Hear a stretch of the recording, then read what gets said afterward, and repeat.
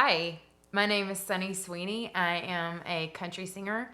I live down in Austin, Texas, and I'm from a little town in northeast Texas called Longview, which is almost Oklahoma, almost Louisiana, up there in the far right corner.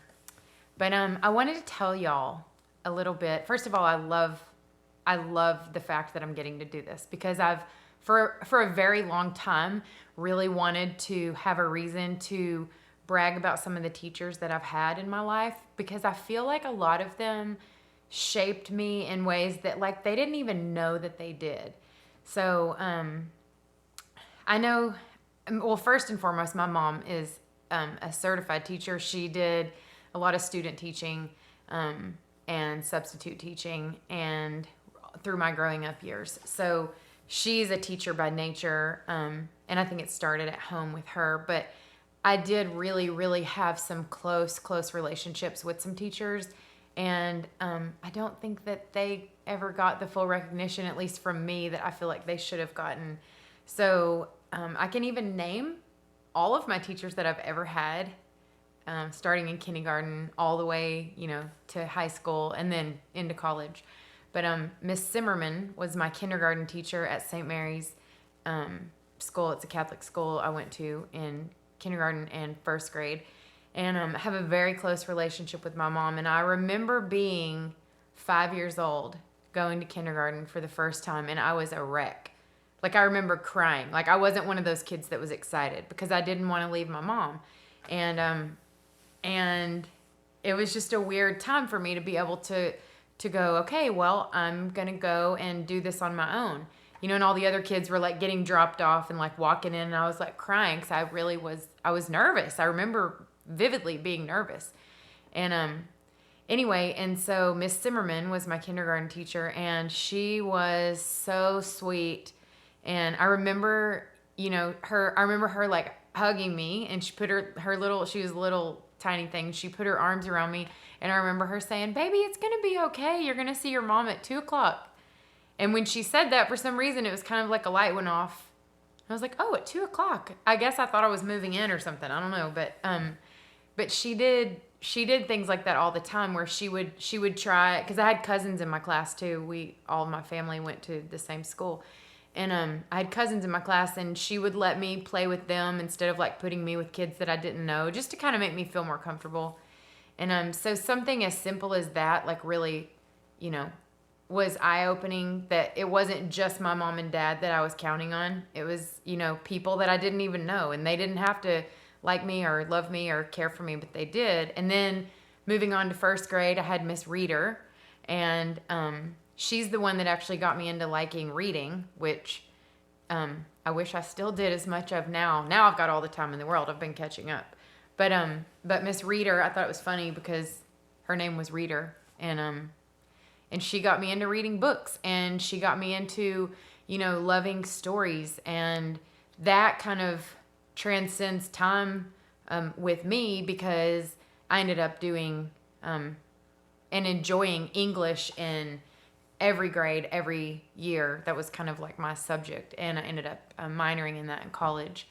But then like, so like the studious part of it, and then the kind of caring part of it, that's Miss Zimmerman and Miss Reader. And then in third grade, I can't remember my teacher's name, but this is the reason, is because I only remember my music teacher's name, Janet Ivory. And I think her mom and my mom were friends, and I kind of knew about her before I ever got in her class. And she was kind of the first one that ever encouraged me to kind of do music, I guess. I remember with her, the first time I ever sang publicly was in third grade at the talent show, and I sang "Oh, I Wish I Were an Oscar Mayer Wiener." So I remember what I wore and everything, and Miss Ivory kind of initiated that whole thing with me, and I don't really remember like much more about my third grade year, other than the fact that was when I was introduced to like a full on like music class. And I remember this, she told my mom, you know, Sunny needs to channel her energy. She has a lot of energy, like a lot. And, you know, I got tickets taken, or whatever you call them now, but the little leather coaster things, they would give us 3. I got them taken every single day. I got my extra one taken every single day. I got my name written on every blackboard. I talked all the time, and I still talk all the time. Now I get paid to do it. But anyway, I remember Miss Ivory being the first one that kind of like made me, you know, made it okay for me to want to do music. Or, you know, I didn't even know I wanted to do music really until after college. I knew I wanted to do some kind of entertainment my whole life. I've always known that. I think that's just kind of a bone that you have, that you're born with. And so Miss Ivory, I remember being one of the first people to ever really like push that aspect of my life along. And then in 4th grade, I had my favorite teacher that I ever had in all the grades. Her name is Debbie Wasson. And I actually sent her a message on Facebook this morning to tell her I was doing this. I think about her all the time. She was one of those teachers that she made everyone equal. And it was the first time that I ever saw that in like a group setting. Like I saw her treat every child the same, because there was other teachers that have, you know, favorites, or maybe I was the favorite, or maybe my cousin was the favorite, or whoever, but like Miss Wasson, but Debbie, she made everyone feel equal and cool and smart and funny, and she laughed equally at everything, and like she just was so great. And I remember, you know, it's funny, like the things that I remember about her, like I remember she loved horses, and I'd never seen a horse in my life, and I'd have to check with my mom on this, but I'm pretty sure that I think we maybe drove to her house like outside of Longview and looked at horses or something. Because I'd never seen a horse. I mean, I'm from East Texas, but we didn't have horses. We had dogs and cats. But anyway, so then moving on to 5th grade, I had Miss Willoughby. And something that I remember her telling me, I have a passion for old people. I know that I think either you like old people or you don't. I am very sensitive to old people. Older, whatever the politically correct term is, I don't know. But even when I was a little girl, I loved old people. And I remember Miss Willoughby said that she told us a story about nursing homes. And she said, and we walked to school, all of us did. And I remember her telling me that like there's these people that are at nursing homes, these older, you know, people that are at nursing homes, and they're forgotten, and people don't go visit them. And it broke my heart. It broke my heart, like so hard. And so without even telling my mom, and a couple of my friends also did this without telling their moms, we would stop at nursing home. There's a nursing home on Pine Tree Road. And we would stop there, and we would give them like our cookies from lunch. I doubt they ate them, but like she kind of instilled like an empathy in us, you know, and like I don't even think that teachers know how important they are until later on down the road, because kids are, you know, we're weird. Like kids are weird, and I was certainly weird. I'm still very weird, but like I was really weird when I was a kid. And I think it takes growing up to realize what exactly you can pluck from your past and apply to your future. So I remember that about Miss Willoughby. And then in 6th grade, I started changing classes, and we did that like 6th, 7th, 8th, I think, in middle school. But I remember I had a relative that was the principal, Mr. Bardwell, in 6th grade. And I was kind of at that awkward age, and I went to him and I was like, even though I think you're cool, like, can you not tell people that we're related? Because I think this might ruin my life. And he started laughing, and he called my mom and told her that. And my mom's like, Sonny, you can't say that to people. But I loved him. And he let me get away with murder and was just so sweet. And he ran our school like like clockwork. And, you know, I feel like there's people like him as the principal that wasn't necessarily like my teacher. But him and Nurse Item, I remember her. I feel like a lot of the faculty, people that choose to work in schools, fall into the same category as teachers because they're the ones that are shaping the kids, you know? And I feel like Nurse Item, there was a couple of times when I was just like awkward. I was just like I was so awkward. And I had braces and glasses and just the whole nine. And I remember there were kids making fun of me one day for being like a dork or whatever. And I went into Miss Adams' office and I said, "Can I call my mom and go home?" And she said, "No, you can't go home, but you can call your mom if you want." So she made it okay for me to also feel weird. I don't think people realize how awkward kids are. And I was so awkward, and I cannot stress that enough. Socially awkward. I had so many friends, and I was, you know, I had a lot of different groups of friends, but I was just so awkward. And I think that everyone, especially as an adult looking back, I think everyone realizes that they're awkward when they were a kid. So people like Nurse Item and people like Mr. Bardwell and all these teachers I've mentioned. And then in 7th grade, my mom was at the school, and she was subbing and student teaching. So I had her there, and I am a mama's girl. I mean, I am. It's still like that today. But I just enjoyed being around my mom. She was my friend, and she made me feel comfortable. Then 8th grade, Miss Churchin, she really got me even more, you know, like more into English and deeper into English. And I remember her, some of the books, The Bean Trees. I remember that book. She made me read that asked us to read that. And I remember it was a turning point because I was like, oh wow, this is a book where these people like treat us like adults, and we're, you know, 14 years old. And I thought I was an adult. But like having a person that wasn't your family or your teacher or your mom or whatever, like treat you like an adult. Like I remember Miss Churchin did that. And then in 9th grade, I moved to Longview High School. My stepdad's a builder, and so we moved a lot. And we moved to Longview High School, and there was a shooting. And I was already kind of nervous about going to Longview High School because it was the big school. And, you know, it was really weird when the shooting happened. And then my mom pulled me out, and put me in, Trinity. So we went back to Trinity, another private school. And then when I was in Trinity, I had my most favorite English teacher of all time, Johnette Phillips. She was the one that called me into her office, and she said, or into her room.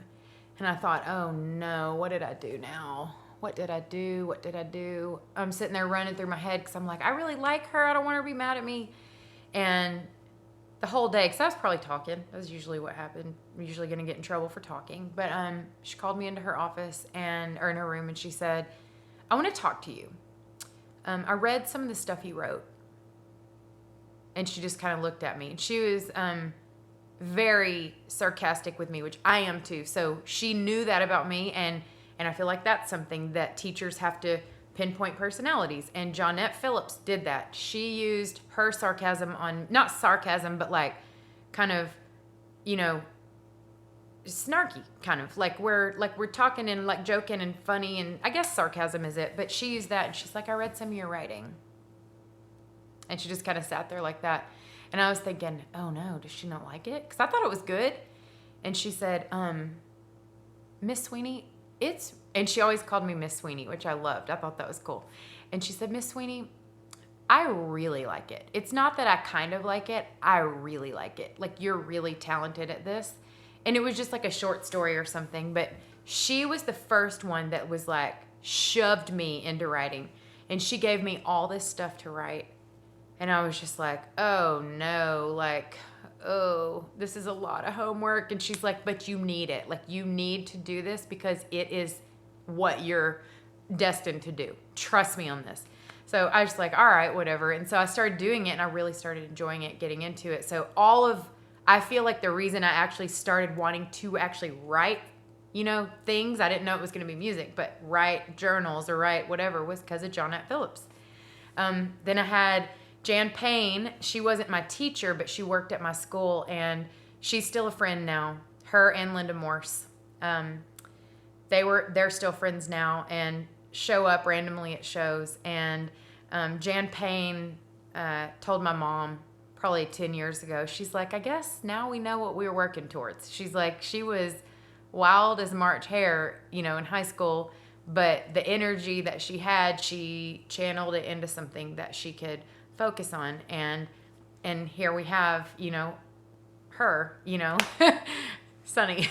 So my mom I took it as a compliment, and Jan Payne just, she's so sweet, and I've heard from her many times over the years. And, then when I was at Trinity, School of Texas, a lot of the teachers there channeled my energy and my, whatever you call it, my strong willedness or something. I don't know.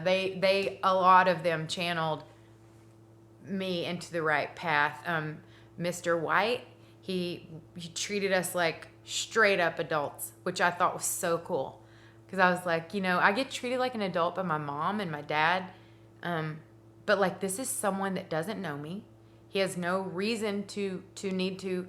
I felt like such respect from him. Like, as far as him asking us a question, he would get deep. I mean, real deep, like way deep. He was the deepest teacher that I ever had up to that point. And just remember thinking like, wow, this guy is like challenging us, like in a good way. And I remember him, he took us on a field trip one day in a old station wagon, and we sat in the back seat. Like, we had a very small class. I think there were like 10 of us, and sat in the back seat. We went to Collins Street Bakery. I have no idea why we went there, but like, all I remember thinking, and all of us talked about after that, was like how cool it was that that this teacher cared enough about us to like take us somewhere just cool. It wasn't like a learning experience. It was like a cool thing. I mean, I'm sure there was something learning about it, but Mr. White was rad. I would love to find him and tell him, hey. But then, then I moved to Austin and went to college. And I just explained to you how much I loved all the teachers I loved growing up. But then I got to college, and there was a man named Fred Blevins. And I'm still wonderful friends with this man. He and his wife show up. They moved to Florida now. But they show up still at my gigs. They've been there since day one. They have supported us musically, but also friendship-wise.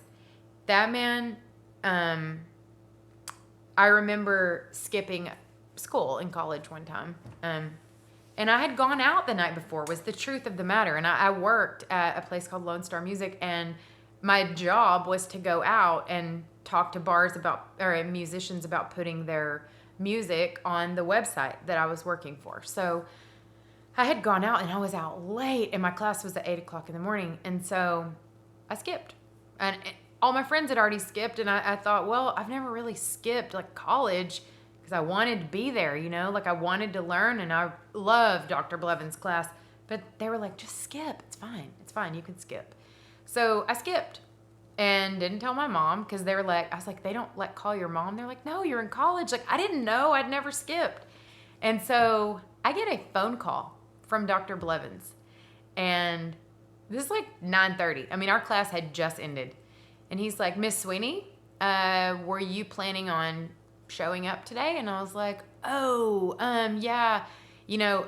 We laughed about it, and I told him the truth. I was like, I went out, and I'm sorry, my friend said I could skip, and blah, blah. And he was like, okay, I agree with that. You can skip, but like, I enjoy you being in my class. You're entertaining as far as like your answers and stuff. And so, and I feel like you have some things to learn from me, and I really want you to do this. It's a degree in public relations, and I know a lot of, things about this that I can teach you. So I never skipped another class of his. I would go out till 3 or 4 in the morning sometimes, and I would be at his class at 8 o'clock in the morning. And I adore that man. I just adore him. He loves his students. He cares about his students. And I feel like that's the main thing that, as a teacher, I'm not a teacher, but as a student leaning on teachers in your life, I feel like the main thing is that the teachers that I've connected with most, I've felt like they loved me and they cared about me. And you can feel that. So I want to say thank you to them, and I want to say thank you to y'all. I have a lot of friends that are teachers, and I even know about some of their kids, like, just because you form those bonds. And here they are, 30 years later with me. I'm like, I have these bonds with these people that, only taught me for 1 year. So I think it's really cool. But I'm going to play y'all a couple of songs now. So thank y'all very much for what you do. And my dog's back there just being chill. So I'm real happy about that. But here's a song called Nothing Wrong with Texas. I wrote this with Lori McKenna a couple years ago. This is on my last record.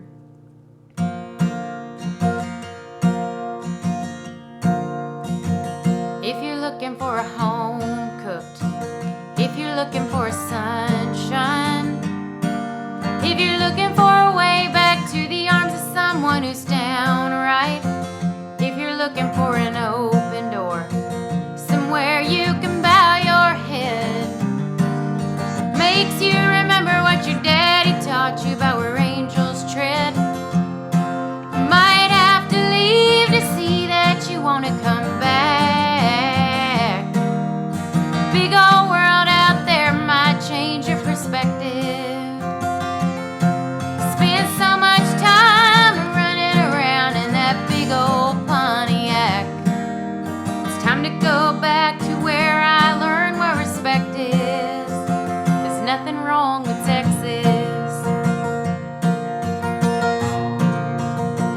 If you're looking for a home game in a one-stoplight town, just follow the traffic and the marching band, the whole place shuts down. If you're looking for an old friend, maybe a missing link, handshake means what a handshake means, and a smile can buy you a drink. Might have to leave to see that you want to come back. Big old world out there might change your perspective.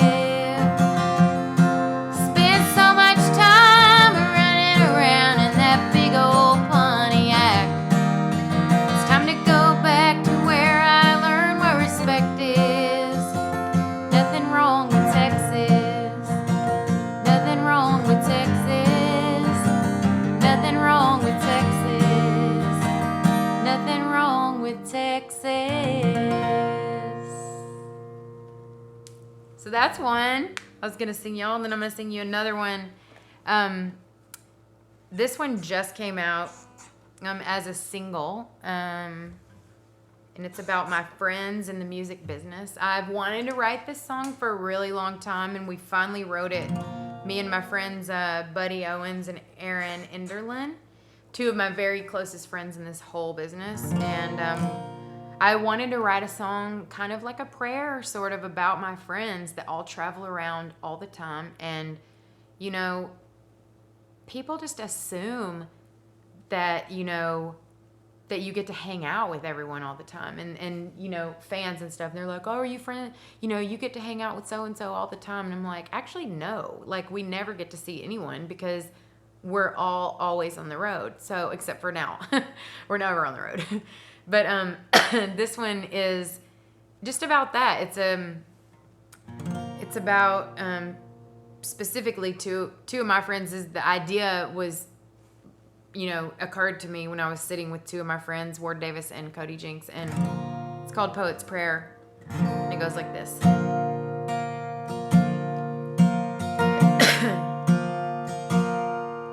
Only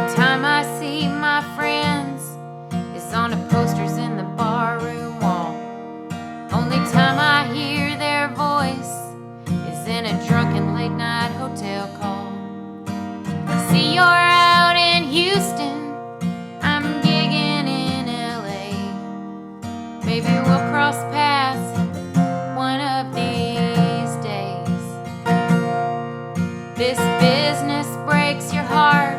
It's a big old mean machine.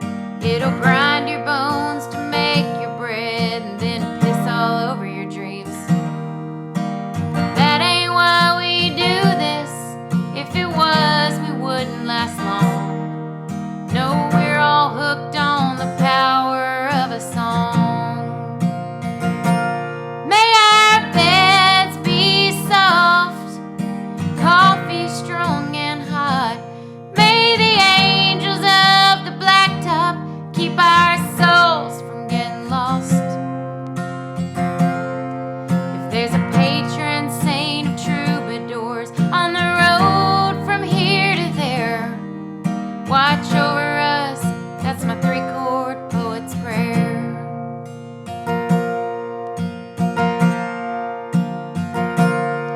There's gonna be some real hard nights at some holes in the wall. The next night you'll be on top of the world, the next morning you might fall. Things we miss back home are never lost on me. Kids growing up, funerals, anniversaries.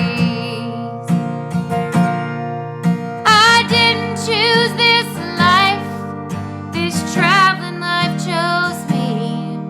I was born to be a gypsy, so that's what I'll always be. Have a good next show. Keep it between the lines. Know you're always in my heart and on my mind. May our beds be soft, coffee strong and hot. May the angels of the blacktop keep our souls from getting lost. If there's a patron saint of troubadours on the road from here to there, watch over us, that's my three-chord poet's prayer. Watch over my friends, that's my three-chord poet's prayer.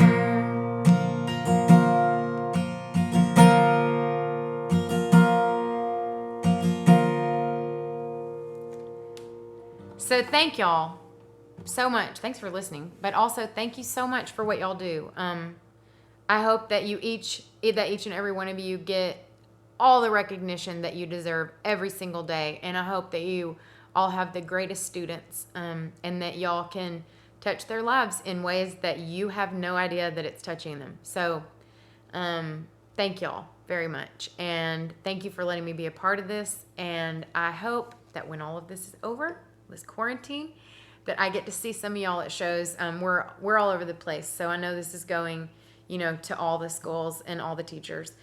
So wherever you are, I hope that I get to meet you. So thanks again, y'all, and I will see you very soon.